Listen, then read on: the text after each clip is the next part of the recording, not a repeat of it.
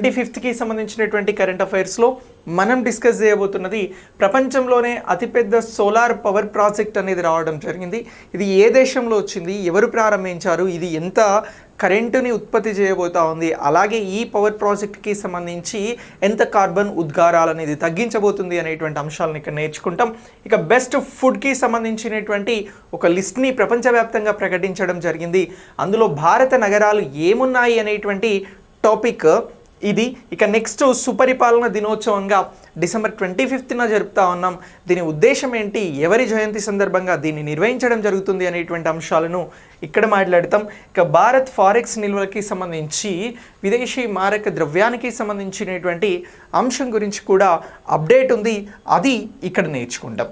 So ఇలా ఈ అంశాలతో పాటు ఇతర అంశాలకి సంబంధించి ప్రముఖంగా ఉన్నటువంటి కరెంట్ అఫైర్స్ రిలేటెడ్ అంశాలను గురించి ఈ క్లాస్ ద్వారా మనం తెలుసుకోబోతా ఉన్నాం.